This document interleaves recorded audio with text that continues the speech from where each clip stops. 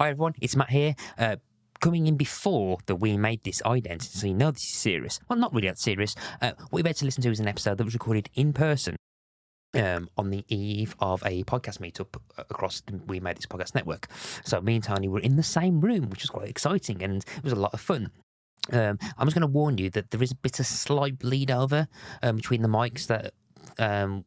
so we caught each other a bit. I've done my utmost best to try and remove it, but there might be a couple of occasions where you might see a kind of ghosting effect when talking, where I've done a bit of podcast cheatery and tried to slightly move the audio to make things flow a bit more better. So, so this episode might reveal a few of my editing secrets unintentionally. But I'm wittering on and expanding this episode for much longer as it meant to be, and I just thought I'd let you know that if you suddenly hear some kind of weird ghosting, I've tried my best to remove it. I don't think it's there a lot, but I think you might catch some of it. But sorry for that, and I apologise because you are expecting the most pristine professionalism ever from the Shipwrecked and COMATOSE podcast. We are constantly, pristinely, always on the verge of professionalism and high quality, and I've let you down, potentially. You might just listen to this and you might think you can't hear a thing. So in that case, that was deliberate. I am a fantastically brilliant podcast editor, and I'm wittering on. Anyway, enjoy this chat about the Brittas Empire Series 6. We made this. Welcome to the Starlight Ballroom. Hey!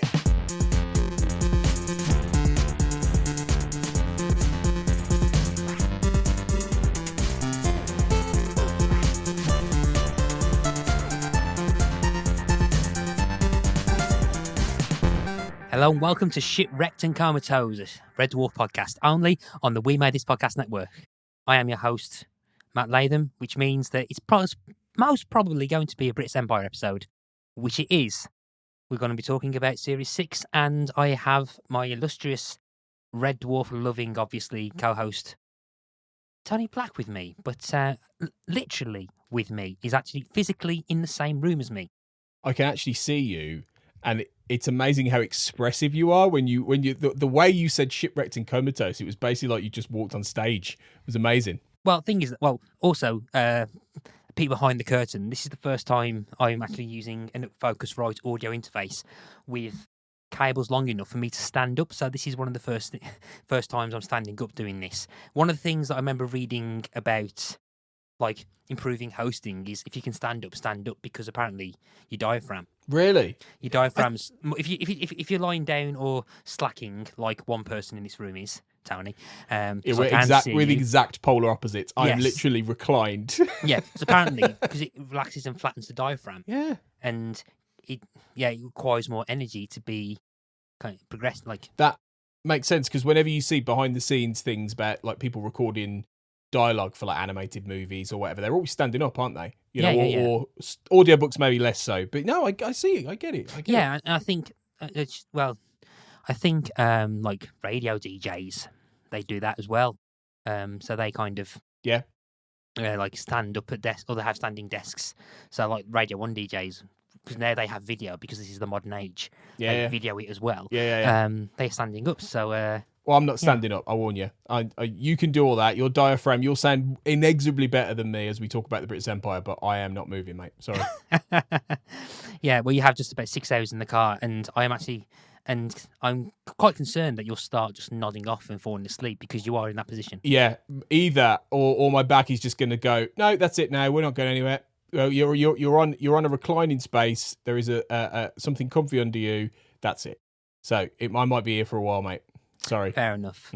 Well, just showing your age just by like your back, like seizing up. Yeah. Talking about showing their age, let's talk about Brittas Empire Series 6.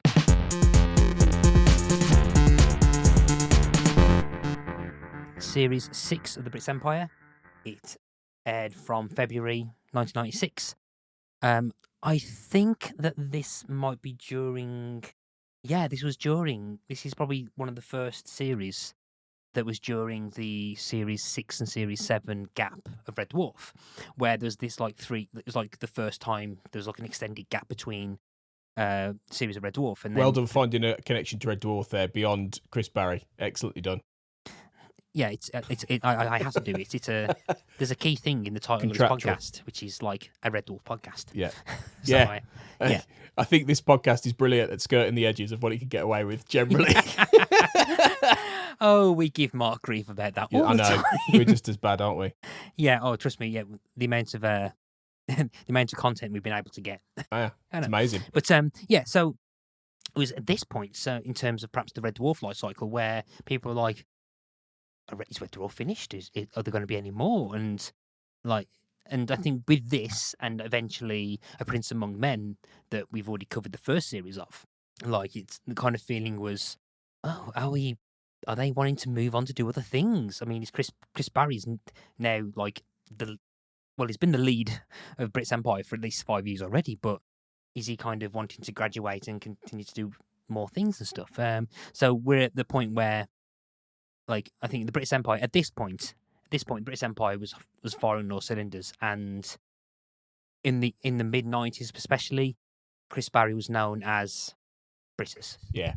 Much more than Red Dwarf. I imagine. Well, I don't have the viewing figures, but I would imagine Red Dwarf was less populist at its height than Brittas was in terms of actual viewing figures. You know, Red Dwarf was BBC Two, wasn't it, as well? Brittas was BBC One prime time sitcom. So I would guess that even though it's nowhere near as good as Red Dwarf, and even though I've barely watched Red Dwarf, I can promise that. Like, I know that for a fact. Yeah, I suppose to a lot of people who didn't like science fiction or that kind of stuff, they wouldn't have known him from that, would they? He would have been Brittas. I don't want to be morbid, but like Chris Barrie's obituary would have been like in the '90s, Brittas Empire actor rather than Red Dwarf actor. Absolutely. I don't think that's the case now. No, definitely not. Yeah. Even though I still think that there's still a cultural kind of acknowledgement of Brittas, because I mean, it's 9 years ago now, but Chris Barrie turned up in a little mix video as Brittas, and I think Brittas is always kind of there. But what's the story then, right? And I might have be jumping the gun, but obviously the last time we spoke, we talked about all that fascinating stuff about how he dies and then he comes back from the dead, and then there's that like Babylon 5 Sleeping in Light style episode set in the future, which we talked about, which was the ending. And then, what is it, 2 years later, they're back. Do you know why? Did it have anything to do with there being a gap in Red Dwarf? And I know the writers had moved on. I know Norris and Fagan had moved on, and they weren't involved in this series at least. I don't know about Series 7, but I'm guessing it's the same. So do you have any knowledge about this? Because I am very, very curious, and I can tell by your little face you do. Actually, I don't. 'Cause I was trying to read into it, and I couldn't really find much. So I've either was looking in the wrong places, or there's just not that There's much nothing on there. I feel it could be right. You know, maybe I'll try and do this with my my writing and stuff. It feels like there's a retrospective, like bit of TV journalism to be done here, and actually speaking to the writers, because I think it'd be an interesting story if you don't know it. Yeah, I'll be quite curious. But what I kind of do know is that there's a new writing team. Yeah. You can tell because there's a whole section taken out of the of the title sequence. So the kind of infamous bit where like he uses the leg press and and they have like created and written by that's gone. Fagan and Andrew Norris. That's gone. And I'm trying to figure out whether that's why on the DVD, like the music starts and there's a freeze frame of the feet on the treadmill. Like, maybe. Yeah, which is kind of really weird, and I've to never make it noticed last that before. long enough. Yeah, just to cover that. But probably. Yeah, so you got Series 6. I'm assuming because it's still kind of like a ratings juggernaut, and they still kind of wanted to do more. So they got a new writing team in. I think I did try and make a note of the writers, but yeah, so I think you've lost your piece of paper. Peter Vincent was on one. What was his name? Ian Davidson and Peter Vincent. Okay, yeah. There's on one, and there was a couple of others, but I do know, and I want to kind of get into this in a second, that I think for at least the first 4, there's like 2 credited writers on each episode, and then I think 5, 6, and 7, there's 1 writer. And and yeah, but it's a team. So instead of having just the two writers writing every single episode, there's like a team of writers that's starting to. Now, I don't know whether this might be something that I think British comedies will start to experiment with, but I know they do, but I always thought it was slightly later. And I think My Family is the one I can think of where they started to incorporate the American style of writing. Right, yeah. Like writers' rooms kind of thing? Now, My Family was, it's one of its main selling points was that it was written with that style. So whereas British sitcoms, for the most part, is a singular voice writing everything. So, and they do everything, or a team, or like a duo or something like that. Whereas I can't think of anything before My Family that experimented that. I mean, do you know of any others after that? Or? I want to say there were a few ITV shows that were trying to do this around this time. I think there was an ITV show called Barbara with Gwen Taylor, and I seem to remember that had a bit of a writer's room kind of style, and that would have been, I think, around the same time-ish, early 2000s, maybe, possibly. But yeah, I don't think it was massively common, no, because, you know, British TV comedy has always been so auteur-driven, really. You know, even in the early 2000s, you've got stuff like The Office, haven't you, which we've talked about before in these episodes. But they're always very writer-specific, as opposed to, you know, American sitcoms that haven't always had that kind of structure. So no, I don't know of many, actually. And it's funny, though, because Brittas has never... It feels like the kind of show that would work in that way, because in the nicest possible way, there's nothing massiving original about Brittas. It is essentially Fawlty Towers in a leisure centre. There's no... I don't detect any kind of distinctive stamp of like comedic authorship with Fagan and Norris, really. You know, they're not comedy greats. They're not names. It's not like you're getting something from John Sullivan or who? Like John Sullivan.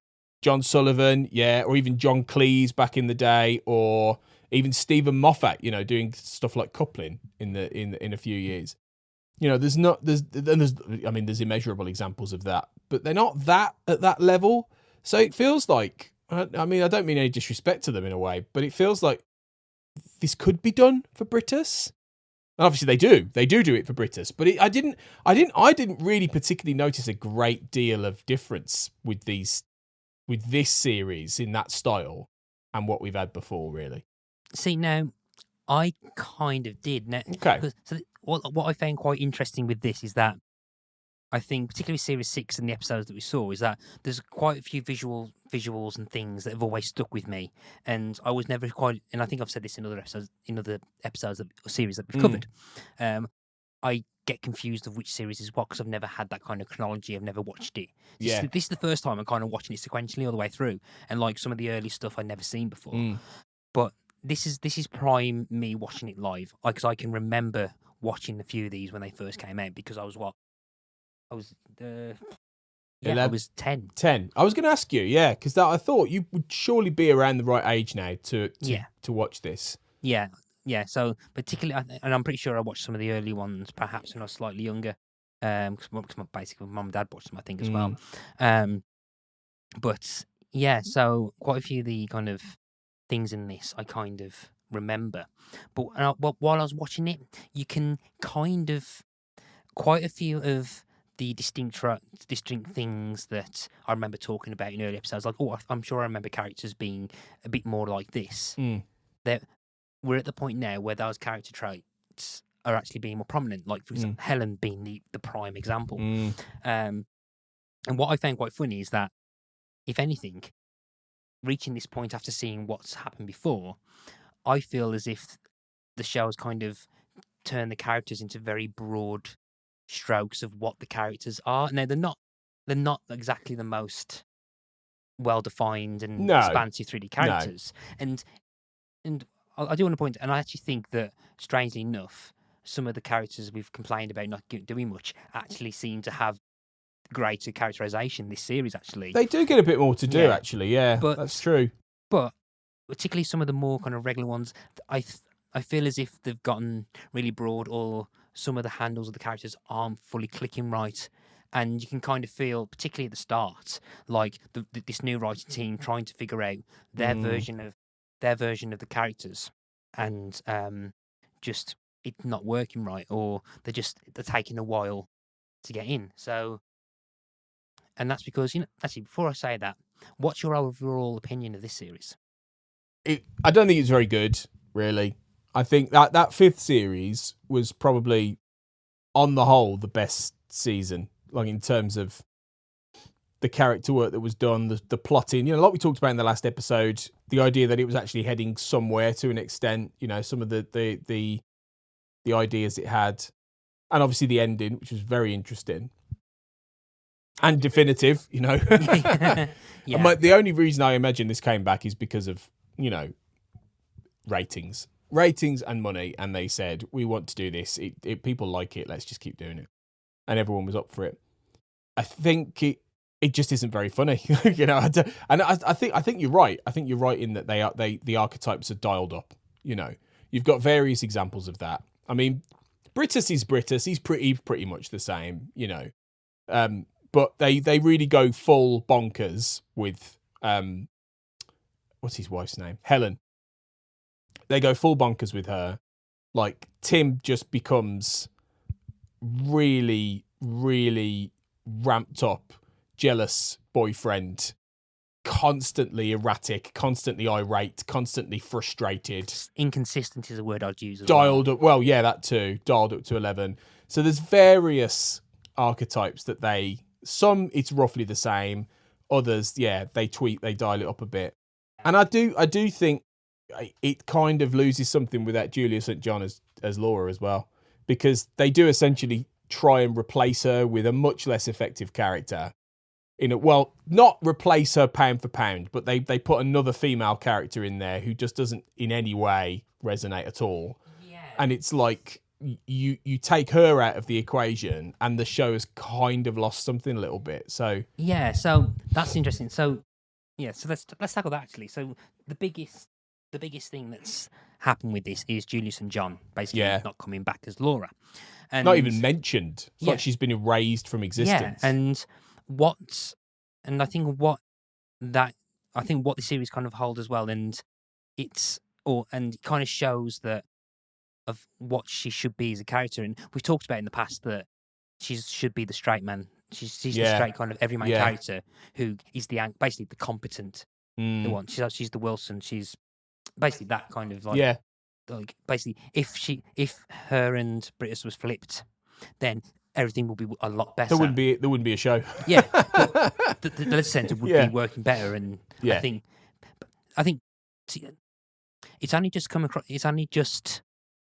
And I know we've talked about The Office and Parks and Rec and everything, and particularly kind of Leslie Knope and Brittas as well. But thinking about what I've just saying, I just realised, there's a reason that Leslie Knope in the show is second in charge of to Ron Swanson. Yeah. Whereas if she was in Ron Swanson's position, well, technically she kind of is, but like it makes sense for that kind of character to be lesser. Whereas, actually, no, I've just realised that Brittas is in charge.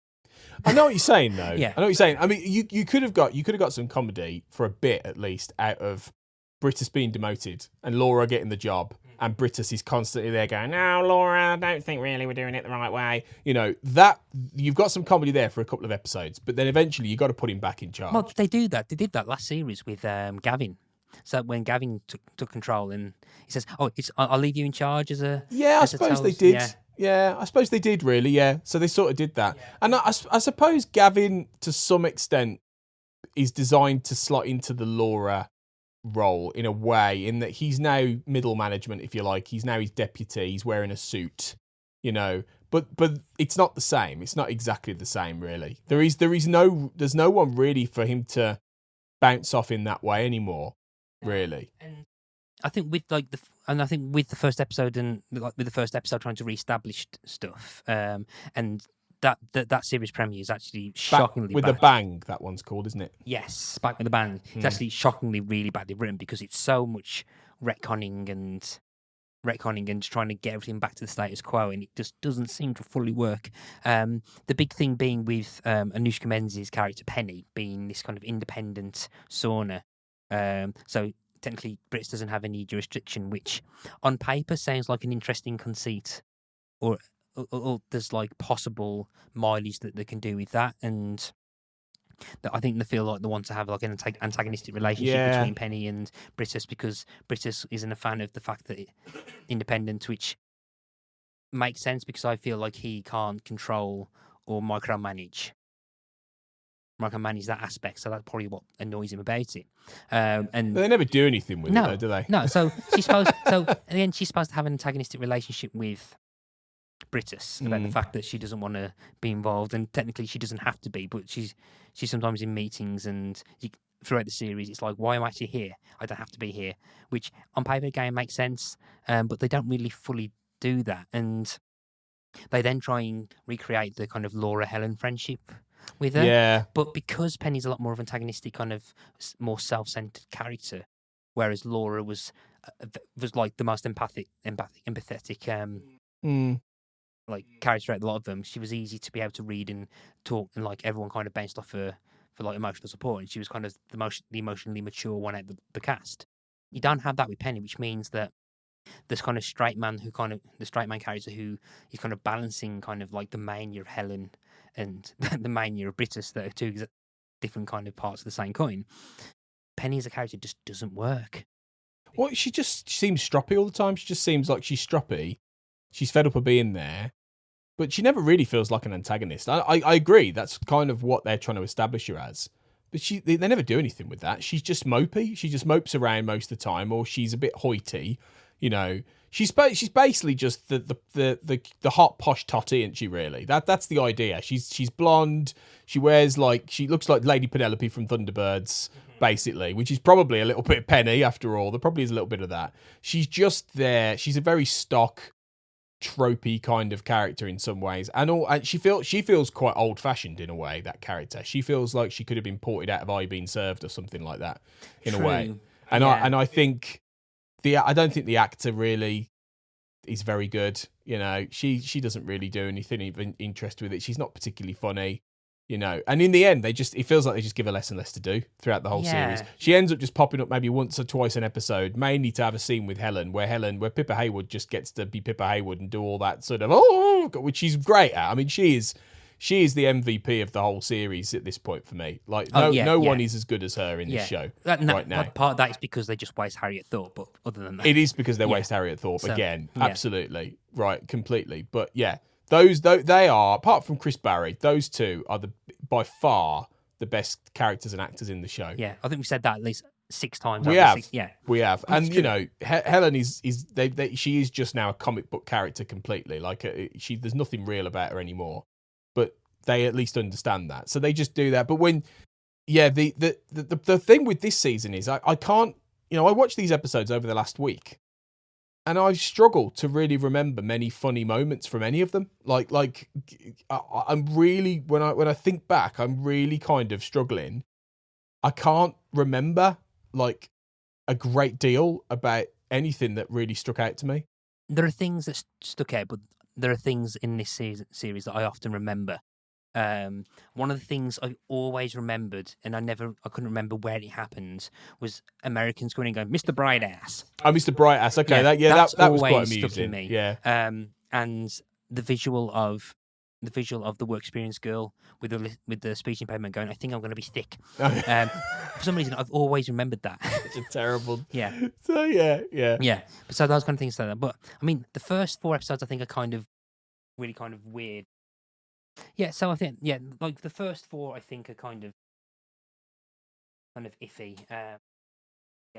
And I think those are the ones that have more than one writer. I think the last 3 are slightly better. Out of all of them, the one that I generally actually laughed at, and the only really one that I liked to this series is I think it's episode 6, which is the Mr. Brittas Falls in Love. Was that the one where he falls in love with a dolphin called Ingrid? Yeah, and that's what I think, because Yeah, and I think because the show's always kind of been about kind of multiple plot threads converging as one and misunderstandings. I think that was the first episode which felt like it could have been a Fagan and Norris script. Maybe, yeah. Yeah, that's Because they ends up being a shark, doesn't it? Yeah. They end up accidentally putting a shark Yeah, in yeah. the pool. Yeah, which I actually and they thought- do a bit of a Jaws play on yeah, that. which I thought was actually quite Yeah, funny. it's a decent enough yeah. joke. Yeah, and yeah, the, yeah. And the conceit of what's happening and like how the mix up happens, I think is kind of like previous series and stuff, and I think the visual is quite funny. And then Linda gets quite a rare opportunity to show a separate side of the character because she's been nondescript apart from being quite kind of low key religious, but then she's also now kind of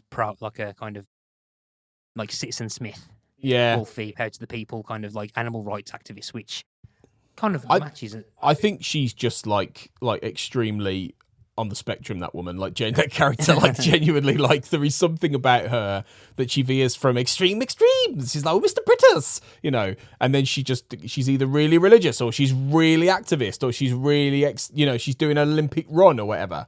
So she just feels like that kind of character that you can just pop into any kind of extreme thing, She's not a real character. She's not a real person, really, And this, but yeah, I know what you mean. I think there isn't a great deal of note for those earlier episodes. Like Barry gets to do another double thing, doesn't he? He gets to play, in this case, Vlad. I think his name wasn't he? Beautiful lady. Beautiful lady, and he gets to do all that. Yeah, that stuff. Yeah. And he's clearly enjoying that, isn't he? Yeah, shame the rest of the episode's not like very good. That's the one where it's like, I can't believe everyone's that stupid. Well, it's that that a lot of them actually believe that is Brittas. Yeah. Don't they? Even though he's talking like this, and it's a bit, yeah. And he's wearing freaking frilly shirts and stuff. Yeah. It's a bit. All the cast have a brain transplant episode, isn't it? Where they just, yeah. This is where I've said this before about Brittas. I'm sure it's where it's not very. It's comedy that doesn't really credit the audience with a great deal of intelligence. In that it's very lazy comedy. Really, it is old-fashioned, quite lazy gag comedy. Often, not always, but often, certainly in episodes like that, where you are asked to completely believe that they would think this. It almost feels like they know that nobody, apart from people like you and me, are going to pay much attention to it while they're watching it. Really. But then again, I think there is merit in the quote unquote lazy comedies because I think there are kind of funny versions of that because I think I agree with that. I agree with that. Some of the older kind of higher prestige sitcoms like Are You Being Served? I think are the same kind of level of comedy. But now that's the thing though. They were very popular back then, but I wouldn't say that is prestige anymore. I wouldn't say anyone would look back on that and go, "That's really good, clever comedy." I think there's a difference. I think really you're talking about your dad's armies now that are still looked back on as being clever as well as silly and funny, and they have that level of. They do credit you, the audience, with a bit of intelligence, and they have that level of wit to them. And I don't always think Brittas does. I think sometimes it does, but I think sometimes it goes for the zany joke at the expense of any sense of logic. And I know that we've said before, haven't we, about how it's a hyper real world, really, Whitbury. And I'm not expecting, kitchen sink gritty royal family style realism here, like with this. I'm really not. I'm fine with the silly gag. I'm fine with, Colin going, "Oh, I've got my pets pupating, Mr. Brittas," and all that stuff. I don't mind that. I'm fine with all the madness of it. But if you're gonna make a joke work, I feel like you've got to believe that the characters would act a certain way. And I think sometimes they don't. I think sometimes they act in order to try and land a punchline that doesn't always land. Yeah, that's my issue. It's a case of, not going too much into our kind of personal backgrounds, but because we met through a kind of like writing kind of community and like amateur fiction writers. You know, you're Speak for yourself, mate. you are. But yeah. Yeah. Well, I'm myself being an amateur screenwriter, you two soon to be hopefully professional, Well, like fiction writer at some I point. doubt, well, maybe we'll see. Yeah. We'll see. Or at least I professional. am joking. We are both amateurs. It's fine. Yeah. Nothing wrong with amateurs. Yeah, you're a kind of professional non-fiction writer, so Yeah, but that doesn't count. It sort of counts. Anyway, we're getting off topic. I forgot. We're both amateurs. I lost my train of thought. Well, how we met? Yeah. What was you talking about before then? Because I was Brittas and it being lazy comedy and not the characters not always acting. yes. Yeah, Okay. Yeah. Yeah, So exactly. and because we kind of dabbled in kind of like writing longer form kind of episodic fiction, script writing stuff, and one of the things that always kind of stuck me when it was like working on the projects and stuff was I think I've always assumed that if a character dictates and forces you to change plot decisions, I feel that's a benefit. So, like, if you want to do something like, and then so and so happens, but then, like, you go, but would character A actually do that? They wouldn't. So, can I get away with doing it? And if the answer is no, then I think that's a level where, as a writer or a creative piece, then you're thinking, okay, I have to work around that because the characters need to react to the character rather than just reacting to the story. And I think that's what happens, particularly with this series, I think, as well, where like sort of non like out of character things happen. Yeah. And it just doesn't click as well. Or like the reactions to like the crazy Brittas. And because I'm thinking if Laura was in that episode, they would specifically like perhaps do where Laura just keeps missing the lad or whatever his name is. Or would know that it's not him. Yeah. Or she'd go, Or just play along. It's not Mr. Brittas. Like, Or or something like that. Or She'd immediately know. no. Or immediately no. And like I was like, or just turn around and go, you do know that's not Mr. Brittas, right? And, because there's no and none character of them like are like, yeah, they go, yes, it is. And yeah, exactly. Yeah, that's what's actually, the more I think about it, that's what's missing. And I think if there was a character like Laura or they had a new Laura substitute to do that, I think the episode would probably be more believable that none of the characters. So we'd probably be by that everyone gets confused because we're missing Laura. I suppose, yeah. I suppose you could get away with it a bit more, and I think that's the point really. Yeah. They don't adequately replace her, I don't think, really. And I think as a result, they do lean more into the stereotype kind of tropes of it all, you know. Yeah. And like I said, particularly with Tim, I mean, I think he's awfully characterized this season. Like, oh God, yeah. I like the idea that like he's got an interesting cooking and shit, and it gives him a new role to do.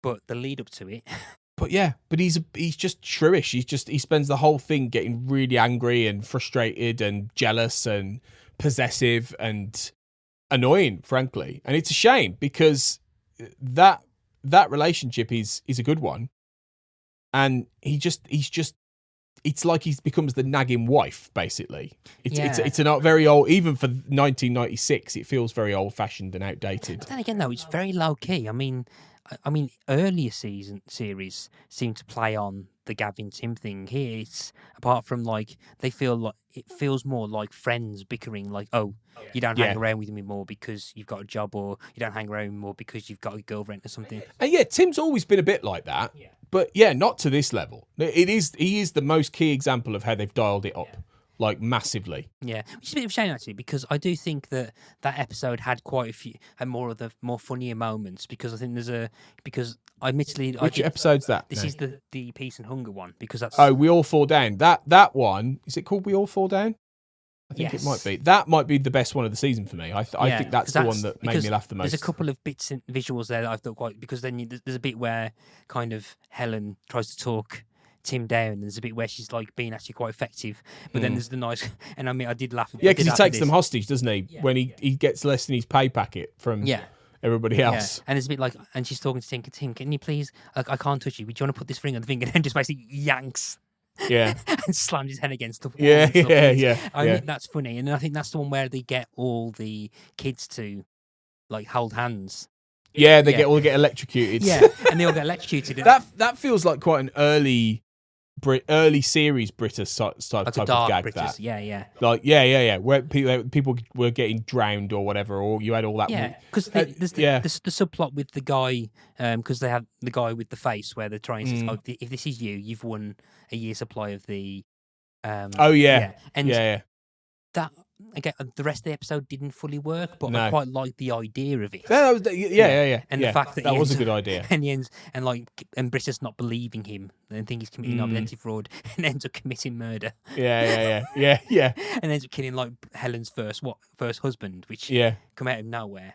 Which I'm unsure. Oh well, this show's good at that. Yeah. Let's be honest. Remember think about all the stuff with Laura and that American guy. You know, things just pop out of nowhere, no end in this show. True. It's just, and again, that is part of my problem with it. You know, and I think this season it's funny because obviously it comes back after having an ending, and the thing is, it's whether or not right. And this is where I'd love to port myself back into that time and think about, were people watching television like this and thinking about it as we do, you know, nearly 30 years on, and trying to appreciate it from a level of characterization and plot development and actual evolution as a show? Or did they make these things that it doesn't matter? Like, you just turn up every, I don't know, Thursday night or whatever at 8:30, and you sit in front of the telly, and a silly man with a silly voice is going to come on and go for half an hour, and there are going to be silly people doing very silly things, and that's it. Now, I want to say, no, it's not that, but I kind of think it might be. I kind of think that a lot of this show, particularly this season, is geared for that. It is just meant to be throwaway bit of nonsense. Yeah, we do not have time to go into this section, into this kind of topic, but what there, No, we actually don't. we literally don't because of the time and day that we've recorded. Yeah. But that's linked to a great conversation about the rise of the microblogger, the rise of the internet, and armchair. Well, there's always been armchair criticism, but nothing on the level of what we have now. So, with the rise of prestige TV and the ability and the fun of just taking something and trying to interpret stuff. I think everyone watching everything will sit down and try and watch something. I mean, I used to run a TV blog. You run TV blogs. You write about TV and then analyse TV. So naturally, I think we're kind of people that will try and switch off, but can't and stuff. And I think I probably would, at least at some point, would have liked to rewatch all of Brittas Empire. But I think the only reason that I'm watching it and looking at it analytically is because of covering it for the podcast. And I think it's perhaps a show that's not designed to do that, and probably you naturally won't, because I don't think it's meant to be. No, but no, I don't, and that's it. That's exactly it. Some comedy, I don't know if any comedy is made with this in mind. In a way, like some just naturally lends itself more to a level of analysis and actually unpicking what it's about. Brittas is about stuff. Like it is, and we've talked a bit about it in some of the previous episodes, but it feels like at this point, and maybe it's just the fact it's 6 series in, you know, but it feels like at this point, all it has left is Chris Barrie doing the Brittas thing, you know, Carol going, all that stuff. It feels like all it's got left now are these archetypes. Yeah. Is this stuff. Yeah, and again, the wrong person to bring this up to because you don't watch Red Dwarf, but the people listen to this. I never am. This is what I'm on this podcast, you know. I'm just going to keep coming back and talking about things that aren't Red Dwarf. I can't wait to do Tomb Raider with you because of the Chris Barrie link. That's going to be great fun. We should do that. It's a good idea, actually. They've already done it. I've done it. Yeah. Okay. We'll see if I listen to the podcast. I know this already, wouldn't I? Yeah. Actually, I don't think it's aired. Oh, good. Okay. I can be forgiven then. I think the point being that it's that I think you look at episodes of Red Dwarf, and episodes of Red Dwarf, whether they are gradually about things, they gradually explore stuff, they they have kind of conceits or themes to do. So it's stuff about artificial intelligence. Yeah. There are episodes in early seasons which unintentionally talk about gender, and like basically the nature of self-loathing and introspection. The Dave series eventually. I'm not going to spoil anything because of Mark and Colin, but there's quite a few episodes of Red Dwarf which kind of delve into kind of more of mortality and middle age and aging in ways that I don't think Brittas would ever do.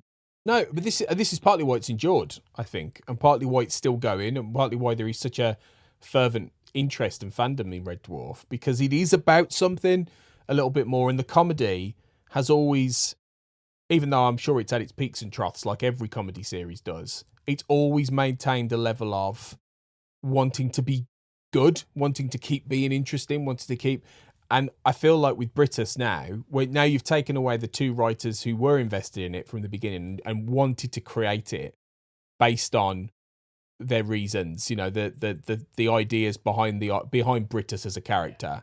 It just feels now like we're at a point where it is simply now just being on air because it's popular, like I said before. And I think that's a point where you can see, and that's why it feels quite old-fashioned, even for the 90s, because so many of these other shows, like we mentioned some of the ones before, they went on for years and years and years. And by the last few seasons, the quality threshold was just in the bin because they were popular.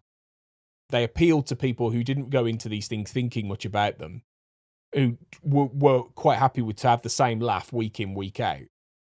And I'm not saying Brittas is as bad as those at the worst end, because I wouldn't say it is, but I do think it's quite poor at this point. And this season, I think I laughed the least from any of them. Even those earlier seasons that were a bit wobbly, there were more in them that I found of interest than this season. Yeah, and I think a key thing, and again going back to Red Dwarf, I think what Red Dwarf has and Brittas never did, even when it was back in series 6, was that, and potentially it could be just the cast because there's a lot less, the ensemble is a lot smaller in Red Dwarf, but the characters were very individual, archetypal characters. They're just really good characters. Unique. I mean, I know I've seen enough to know that they're really good characters, aren't they? In Red Dwarf, they're really memorable. All 4 of them are really memorable. That's and very different, 4. and like you can, they are very fully fleshed out. Yeah.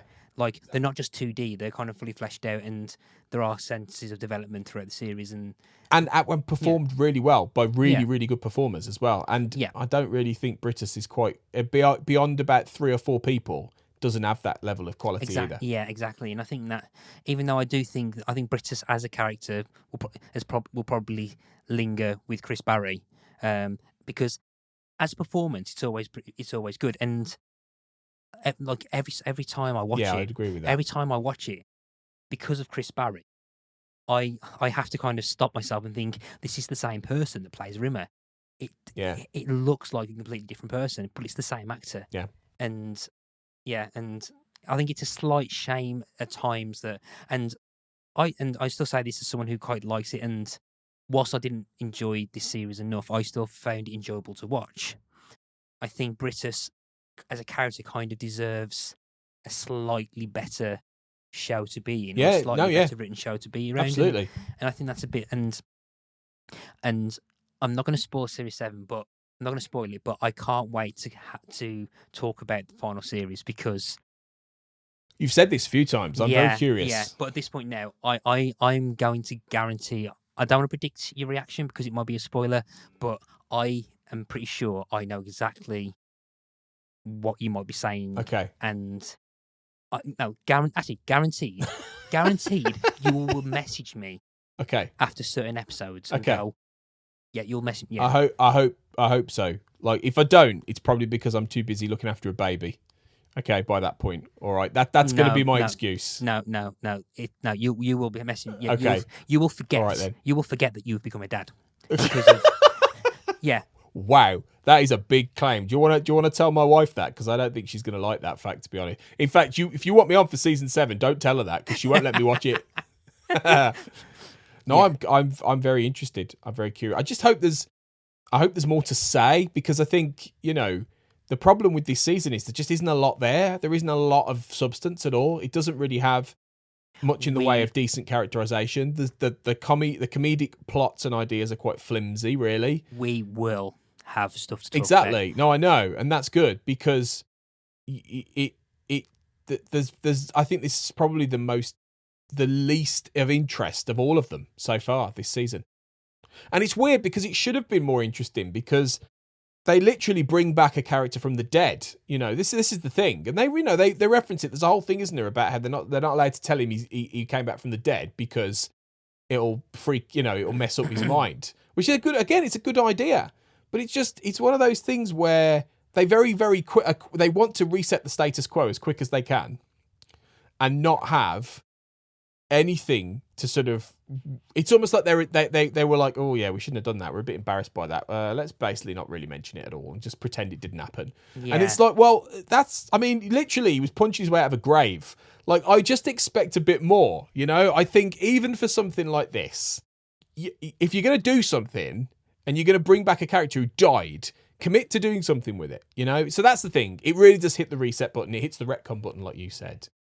And I just think comedies have and will do better than this.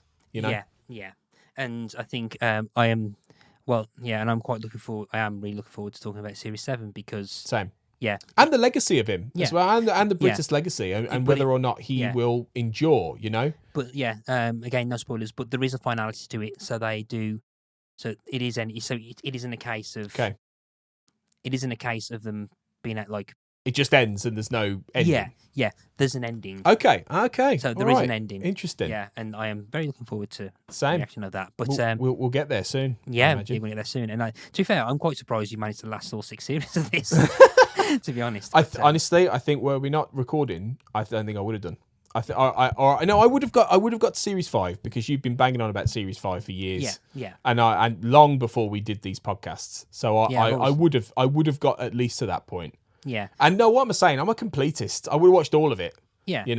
But I don't think I'd have gone back to the whole thing without you giving me the nudge. Yeah, and I think to be fair, I think it's because you've always had an interest in British sitcom, and it was one of the more popular British sitcoms of the early 90s in BBC. So it's interesting in its place in that. But as I'd said before, I'd always had the images of it in my head for years over the last 20, 30 years. Yeah, and so it's been nice to go back and see what it actually was. Yeah, I'm looking forward to talking about its legacy later on. But but listeners, we are at a quite strict time delay on very strict times because we do have an engagement we have to reach. We do. Yes, that sounds very, very formal, doesn't it? An engagement. An engagement. Yes. It's actually a podcast meetup. So some of the We Made This podcasters are meeting up as today. So we need to get into central Birmingham and go and hang out with them, don't we? Yeah, it's not like you're a very prominent person in this organisation. No, just a wallflower. I'll sit in the background.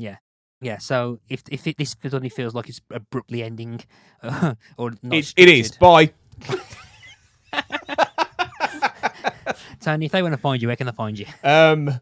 Well, tonight it'll be Central Birmingham, but if beyond that, you can find me mainly on Linktree, linktr.ee/AJ Black Writer. You'll find links to all the other podcasts I do, writing, books, etc. So if you have found me of interest, look me up over there. And do check out, if you love British comedy, do check out You Have Been Watching, the podcast about British sitcoms, which I set up with Rob Turnbull, who has been on Shipwrecked and COMATOSE relatively recently, I think. On the time of recording, it was yesterday. Perfect. And I've listened to it. I was listening to it today. Yeah. Great stuff. Obviously, has worked on Red Dwarf, so he knows his onions. He's now running it instead of me, as I always do. I set up a podcast, then I bugger off. So now Rob and a good friend of his, he's running that now. But we've had loads of great chats about sitcoms, and he's going to have loads more. So please don't go and look that up. You Have Been Watching. Yes, exactly. And so go and listen to that. You can find me in all the places that I've told you in the past. I mean, if you're they remember. If you're listening to this, you would have listened to all the previous episodes. You would have listened to the main episodes. That's a big assumption. Yeah. Maybe there's a core group of people like me who've never watched Red Dwarf and are only listening for the Brittas Empire. How do you know? I bet there is. And if their first episode is Series 6. True. Yeah. Yeah. Okay. Yeah. You've done it wrong, guys. Yeah. It's Linktree. Linktree / Matt J. Latham, all the other stuff I'm doing on there. But yeah, I can't remember exactly where we are in this, but I do think this is before Series 10. It might be, this is recording before we have the watchathon, so at this point, I probably would know Mark and Colin's reactions to Series 10, which I'm really looking forward to. So yeah, so carry on listening. Red Dwarf content will be coming back to you very, very soon. And with that, there's only less thing to say is, excellent, Anthony. Excellent.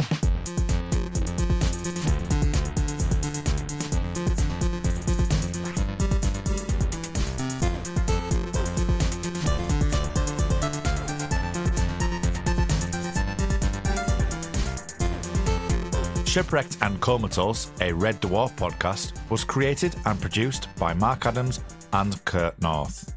You can find us on Twitter at Red Dwarf Pod, and we are part of the We Made This Podcast network, which can be found online at wemadethispod.com or on Twitter at We Made This Pod.